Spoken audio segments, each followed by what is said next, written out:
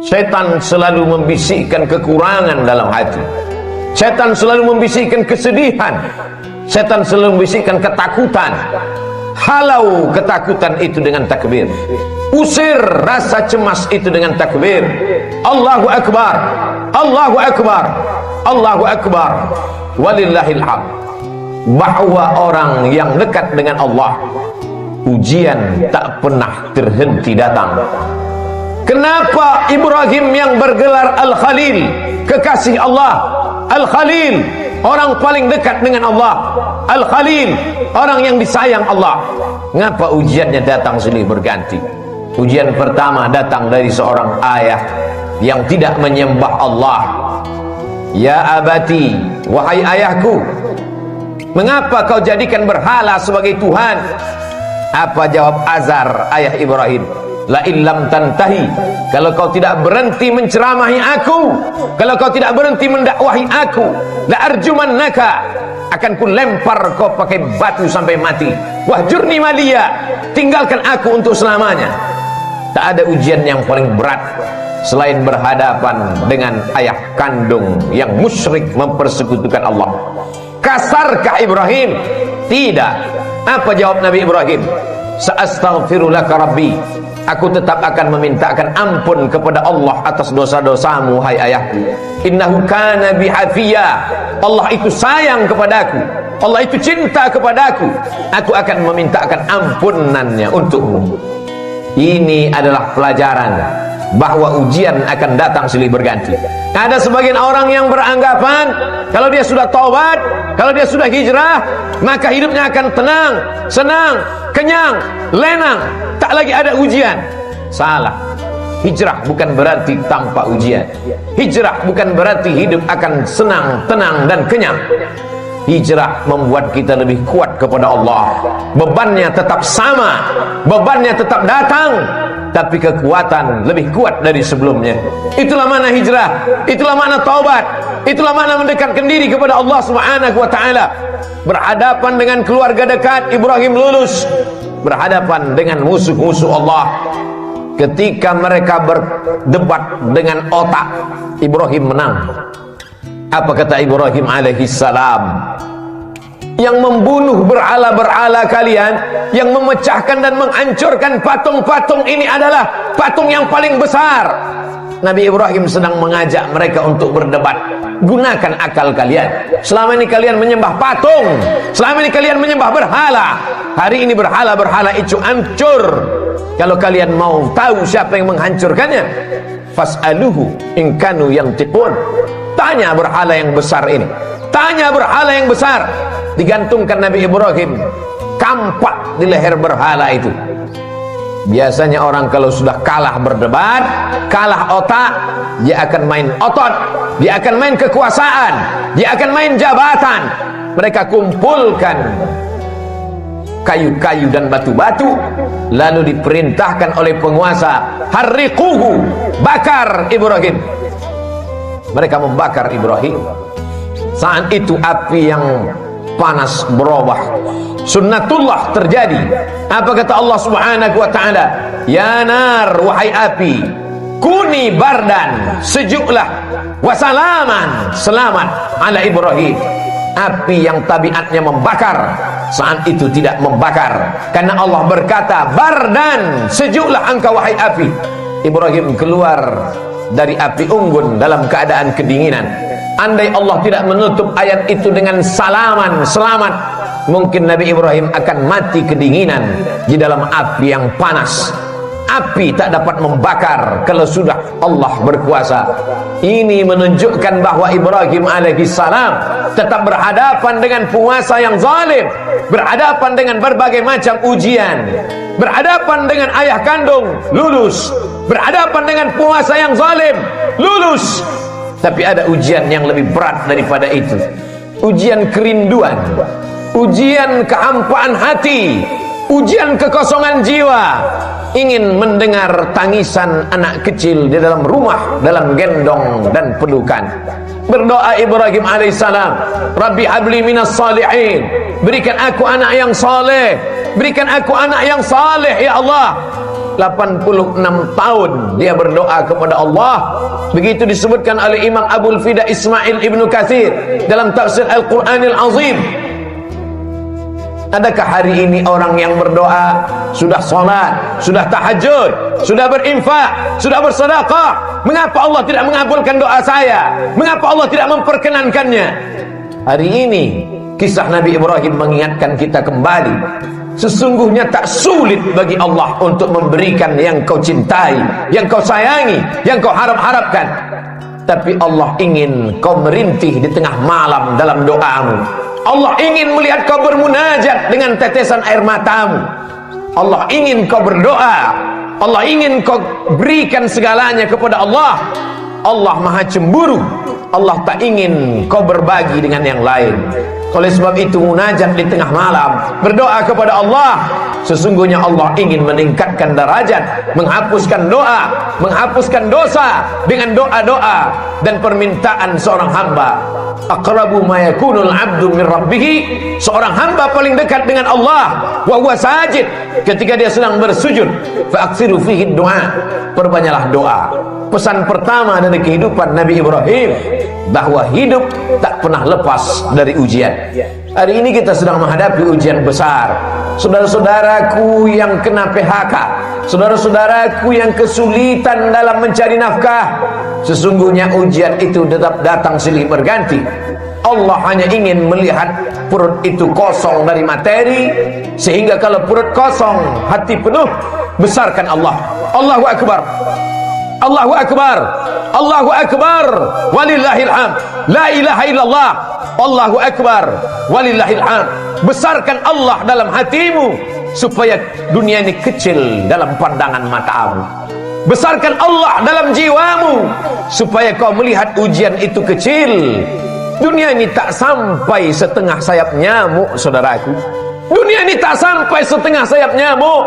Oleh sebab itu, man arafat dunia hanan alaih, siapa yang tahu hakikat dunia, maka ringan dunia ini baginya.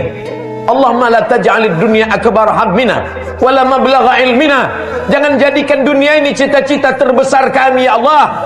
Jangan jadikan dunia ini harga terhadap ilmu kami. Dunia hanyalah jembatan menuju akhirat. Ad-dunya balaghun ilal akhirah. Kalau ditakdirkan Allah kita masih menikmati dunia ini sampai besok pagi, jadikan dunia ini sebagai amal saleh. Tapi kalau dunia ini hanya berakhir sampai nanti malam, berarti husnuzan. Allah ingin membuat kita berhenti daripada dosa.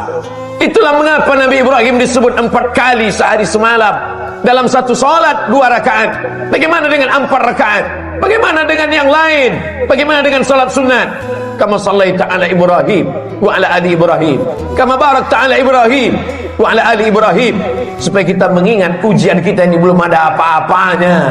Ujian kita ini belum ada sebesar ujung kuku kelingking Ibrahim alaihissalam. Maka ketika kita membandingkan hidup kita dengan Ibrahim, ringanlah terasa.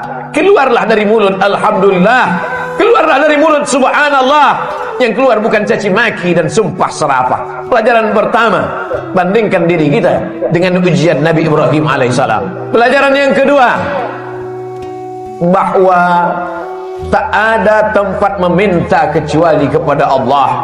Tak ada tempat berharap kecuali kepada Allah. Gantungkan harapan kepada Allah. La ta'khudhuhu sinatun wala naum. Dia tak mengantuk, dia tak tidur. Jangan gantungkan harapan kepada manusia. Hari ini menjadi kawan, besok berubah menjadi lawan. Jangan gantungkan harapan kepada benda, benda akan binasa. Jangan gantungkan harapan kepada kuasa, kuasa akan sirna. Gantungkanlah kepada Dia. Siapa Dia? Allah. Adakah Tuhan selain Dia? La ilaha illa huwa. Hidupkah Dia? Dia tidak hanya hidup, Dia maha hidup. Al-Hayyu. Apakah Dia mengatur setiap gerak langkah hidup kita? Al-Qayyum. Dia bukan pabrik kursi yang setelah pabrik kursi mencetak lalu kemudian tidak tahu di mana letak berada. Dia bukan pabrik karpet, setelah karpet dicetak, dijual, tak tahu di mana berada.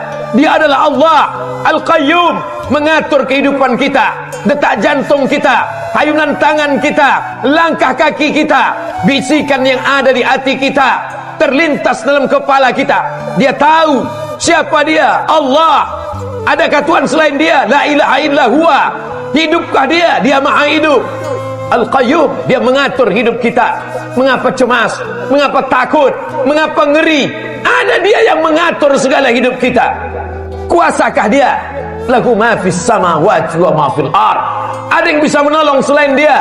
Man dzal ladzi yashfa'u 'indahu illa bi idznih. Tahukah dia apa yang ada dalam kepala kita hari ini? Ya'lamu ma baina aydihim wa ma khalfahum wa la yuhituna bi syai'in min 'ilmihi illa bima syaa'. Sehebat apa kuasanya? Wasi'a kursiyyuhu samawati wal ard. Sulit dia mengatur alam semesta. Wala ya'uduhu hifdzuhuma. Hebatkah dia? Kuasakah dia? Tinggikah dia? Besarkah dia? Wa huwal 'aliyyul 'azim. Itulah yang menguatkan kita. Itulah yang membuat kita hebat di antara makhluk yang lain. Kalaulah manusia itu hebat karena besarnya, tentu lebih besar sapi yang ada di depan kita, tapi kita akan menyembelih dia. Kalaulah manusia itu hebat karena suaranya, tentulah onta lebih besar suaranya, tapi pagi ini onta disembelih.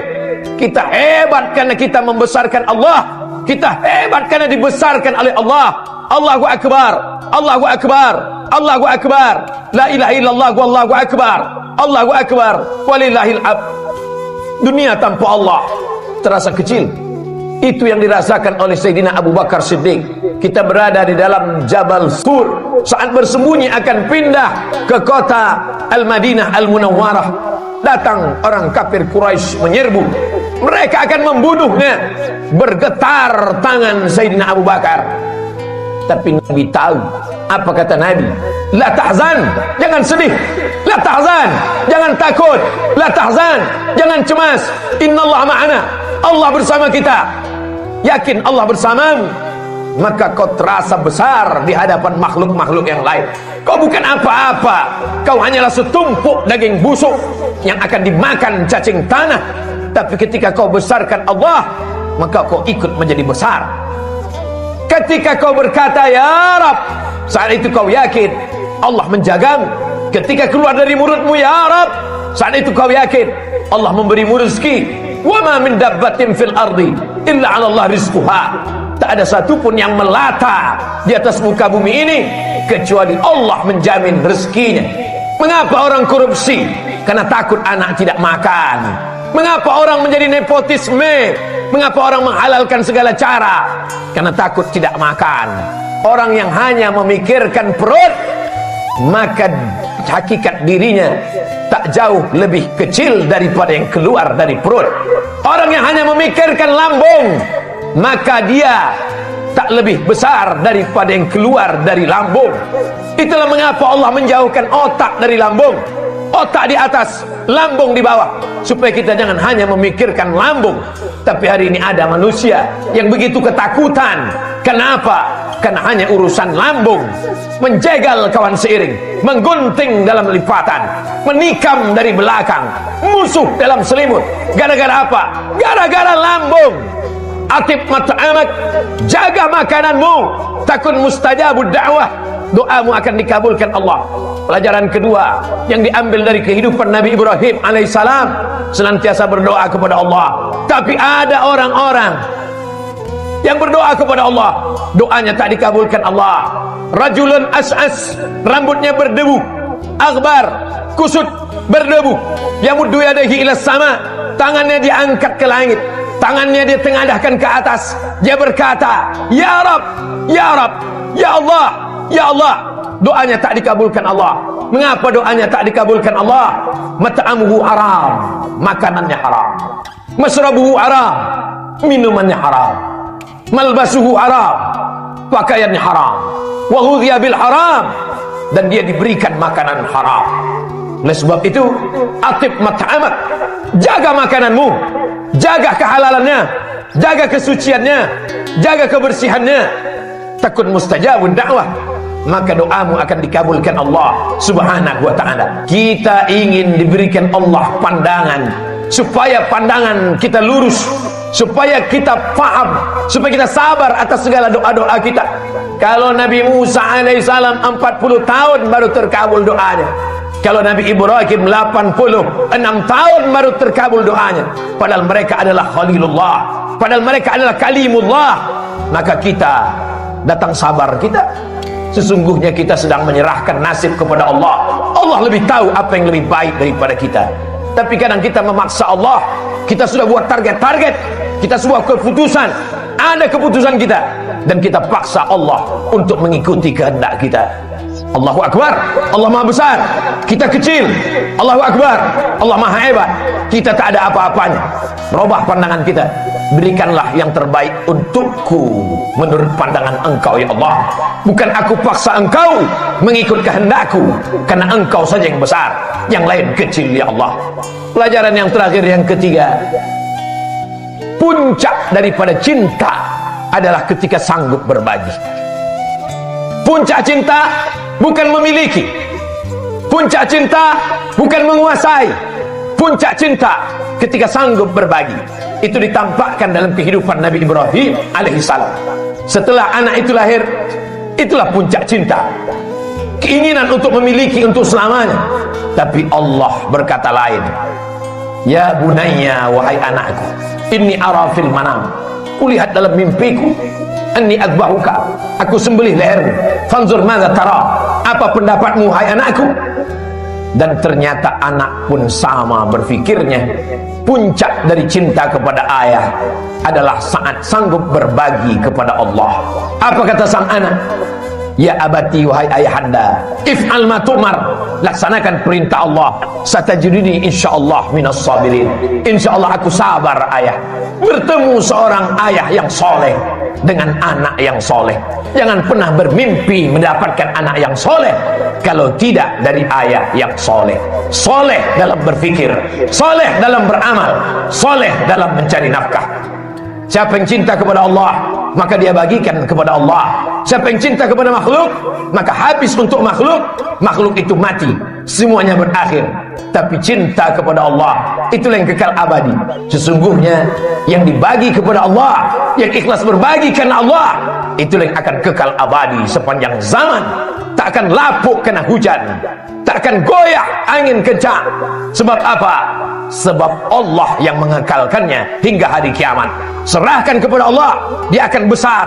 Bagikan kepada Allah, dia akan kekal abadi. Ma'akalta fa'afnaita, kalau kau habiskan untuk makan, dia akan busuk.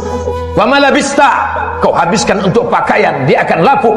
Wa matasaddaqta, yang kau sedekahkan untuk Allah, itu yang akan kekal abadi.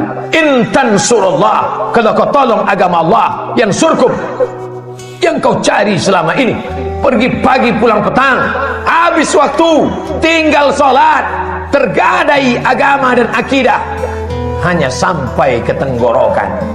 Setelah itu pun kau akan mati. Harta warisan dibagi-bagi, tak tersisa untuk diri. Semua hanya akan dibawa menghadap Ilahi.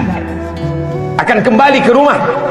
Yarji'usnani, anak, menantu, sahabat, buah hati belayan jiwa, akan kembali ke rumah. Mereka akan menangis 2-3 hari.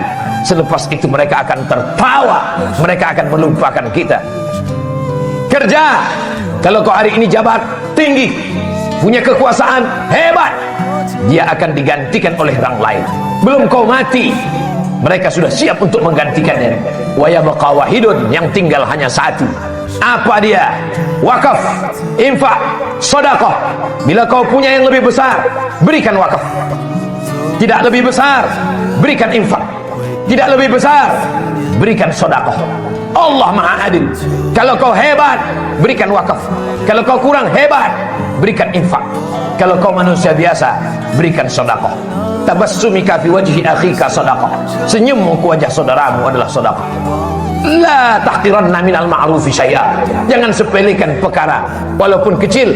Antul qiya akhaka biwajhin talqin, hanya sekedar menghadapi orang dengan wajah yang cerah. Itu yang akan dikenang orang sepanjang zaman. Dari abad berabad, dari zaman berzaman, tak akan dilupakan orang.